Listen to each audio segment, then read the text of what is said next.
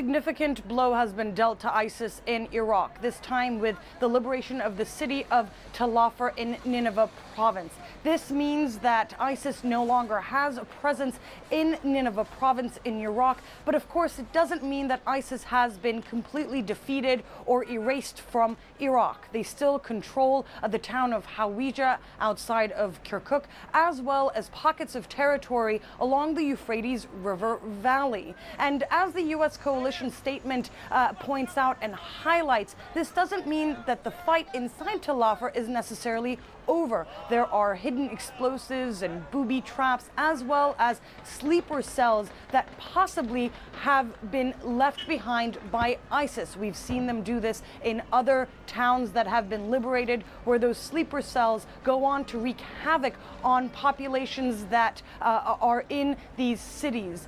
Of course, the big challenge here is whether or not the Iraqi government and the Iraqi military will be able to rebuild and reconstruct these towns to allow for civilians who have been through so much. Civilians who have chosen to remain behind in cities like Tel Afar that were controlled by ISIS, have been traumatized by ISIS's brutal rule, as well as being brutalized in the fight as these towns were being liberated. On the other hand, of course, you have refugees who have fled and who have been living in refugee camps. How long these children and women who have been pushed out of their homes and brutalized, how long it will be before they can go back to some semblance of normalcy depends largely on how successful those rebuilding efforts will be. Gül Tüysüz, CNN, Istanbul.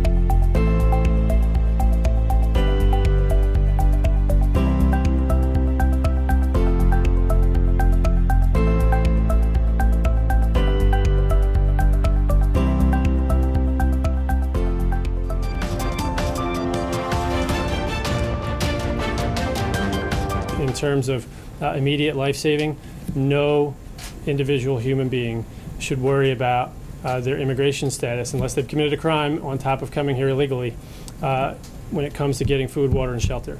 So the authorities won't be conducting any routine swipes or searches inside those shelters. Those are shelters for food, water, and providing kind of insulation against exposure. So that will happen, and we won't go start rounding people up when they show up there. We don't want to discourage that. Now, subsequently, our priority will be illegal immigrants that have committed crimes. They're going to be rounded up as they always are and taken out of this country if we find them. I think that's pretty clear. Let's review here. I mean, at the end of President Obama's administration, in retaliation for what they believe to be Russian meddling in the U.S. election, they kicked out a few dozen Russian diplomats, closed those 2 recreational properties. Russia then responded by kicking out, or I would say forcing the U.S. to reduce its staffing in Russia by hundreds of people, 755 people, according to Russia. The U.S. won't confirm that number, as well as closing 2 properties. So now the U.S. has responded by saying, okay, you want things to be equal because Russia had reduced the U.S. staffing there to equal the number of staffers that Russia has in the U.S. And now the U.S. says, okay, let's make things equal if that's what you want. We're now going to close an entire consulate in San Francisco to even out the numbers that the U.S. and Russia have in each other's countries. We're going to close 2 of your annexes. And the U.S. isn't kicking out any more diplomats, but those are now going to have to be reassigned. So the U.S. is framing this as, we're just evening things out the way you said you wanted to do. And it's doing this one day before those U.S. staffing cuts had to be completed by.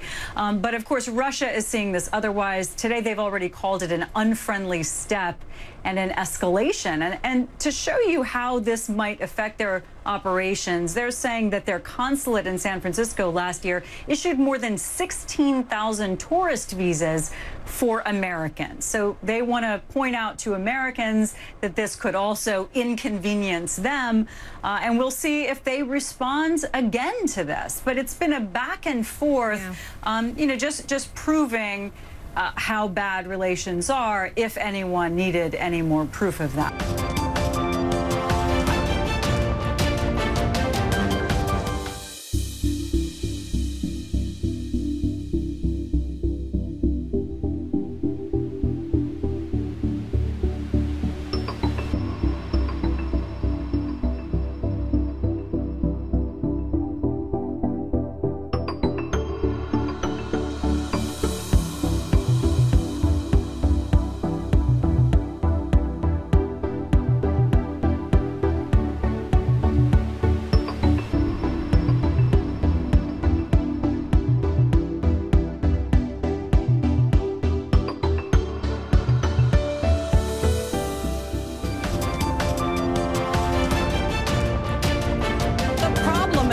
Collapse like this, authorities have no idea how many families actually lived here, so they don't know how many people might still be trapped. This is a building that was declared unfit to live in 2013, and yet clearly people continued to stay. Some people are questioning whether the rains, the intense flooding had anything to do with the building collapse. This is a 117-year-old building. It's really not clear that contributed, but it's safe to say that in a building unfit to live in, driving intense rains couldn't have helped. It's believed there may be hundreds of buildings like this in Mumbai, unfit to live in, and yet people continue to remain.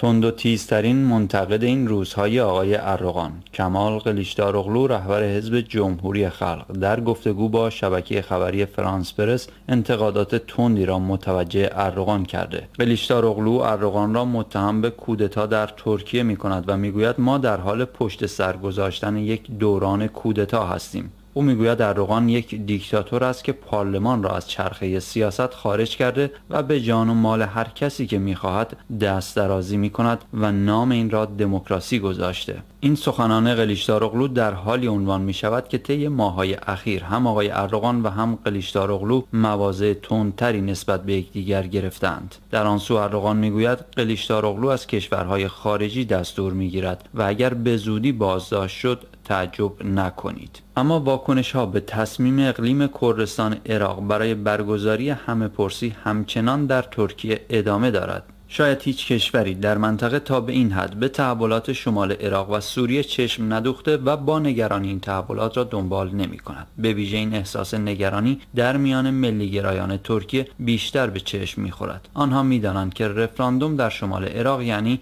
به صدا در آمدن زنگ خطر بیخ گوش آنها در جایی به نام دیاربکر و مناطق کردنشین ترکیه که 14 است قطب درگیری PKK با دولت مرکزی این کشور است. روز گذشته رهبر حزب حرکت ملی ترکیه دولت باغچلی در واکنش به پیوستن کرکوک به رفراندوم اقلیم کردستان مدعی شد کرکوک سرزمین اصلی ترک هاست. او برگزاری رفراندوم در شمال عراق را خیانت به ترکیه دانست و گفت ترکیه نباید اجازه چنین خیانتی را به مقامات کرکوک بدهد. در جنوب ترکیه اما روز گذشته در جریان درگیری میان نیروهای PKK و نیروهای امنیتی این کشور در استان بینگل یک نیروی امنیتی ترکیه کشته شده. در سوی دیگر مقامات استان وان هر گونه تجمع و راهپیمایی در این استان را برای مدت 30 روز ممنوع کردند. درگیری ها در مناطق جنوبی ترکیه کم و بیش میان PKK و ارتش ترکیه ادامه دارد. روزنامه خبر ترک می نویسد ترکیه می تواند جلوی کشتار و قتل عام مسلمانان میانمار را بگیرد. روز گذشته رجب طیب اردوغان رئیس جمهور ترکیه هم به مناسبت عید قربان با رؤسای جمهور و رهبران چند کشور اسلامی گفتگوی تلفنی داشت و عید قربان را به آنها تبریک گفت. این گفتگوی تلفنی البته فرصتی هم بود تا او به مسائل و تحولات میانمار اشاره کند و از رهبران کشورهای اسلامی درخواست کند که در این زمینه چاره‌ای بیندیشند. از جمله مقاماتی که آقای اردوغان با آنها گفتگوی تلفنی داشته حسن روحانی رئیس جمهور ایران، شیخ صباح امیر کویت و ملک سلمان پادشاه عربستان است. در سوی دیگر در آستانه عید قربان روزنامه خبر ترک می نویسد 30,000 قصاب در سراسر ترکیه آماده انجام مراسم قربانی هستند. این مراسم در میان مسلمانان جهان هر سال در حالی برگزار می شود که برخی از کاربران شبکه‌های اجتماعی مخالف قربانی کردن حیوانات هستند. اما از این خبرها گذشته در پایان برنامه تصاویری ببینیم از آماده شدن مردم ترکیه برای انجام مراسم عید قربان و خرید گوسفند قربانی و البته چانه زدن‌های جالب خریدار و فروشنده. Hangisini beğendiniz? Şunu beğendim de. Kardeş ne kadar bu? 11 milyar istiyoruz buna. Oo çok istedin ya. 10 de. Haydi. Para da peşin. Olabilir ama. Haydi. 10 de. Kurtarmaz. Haydi onu alayım ben. Haydi. Haydi. De hayırlı olsun. 250 koydum. Haydi. De hayırlı olsun. Oo. Hayırlı olsun de. Hayırlı olsun de. De hayırlı olsun. Tamam almıyorum artık. De hayırlı olsun. Daha at. Oo. 100 daha at. Vermeyeceğim artık. De hayırlı olsun. Hayırlı olsun de. Hayırlı olsun. Ne istiyorsun ya kadar? 10,5 milyar istiyorum. 10,5 milyar istiyorum. Çok, 10,5 çok. Kaç alacaksın? Sen 10 de bakalım. 9 alak bunu. 10 de bakalım öyle sen. Bir şey olmaz 10 de sen ya. Baba 10 kağıt arkadaşlara kırmayacağım. 9 kağıt iyi bu da. Abi şimdi dur. Kurtarmıyor. Niye dur? Zarar Abi ediyor. bunu 9,5'a bitireceğiz. Çok Zarar olur. ediyor ama. Abi Zarar. yok bitmez. Vallahi çok olur abi. Kurtarmıyor. Kurtarsa kırmam. Ben Abi sen bana kırma. Yok kırma da. Tamam abi. Geçer. Ben 9,5'a veremem. Abi sen aldın ne ya? Yok veremem. Arkadaşım veremem. Allah'ıma salli ala seyyidina Muhammed. 9 kağıt. 100 kağıt geçtim sen aldın ben. Abi sen 9.800. alamam ben. 9,5 bak bu arkadaş Alıcı diyor değilsin o alamam. zaman. Sen alıcı değilsin. Neyim ben? 9,5'a tamam de abi. Zarar ediyorum. Yakup bak bu tarafa 950. Yok 2,5 say abi. 3.250 abi. 2,5 abi. 3250 abi. 2,5. 3200 abi. 3200 verdin mi abi? Kilo ne buçuk abi? 2700 verdin mi? Kilo ne buçuk Ben abi? kilodan almayacağım. Bana 2750 abi. Haydi. 900 Haydi abi. abi. 900 alacağım mı? Haydi abi. 900 alacaksan veriyorum sana haydi. Baba 800'e verdim ben. Gel haydi.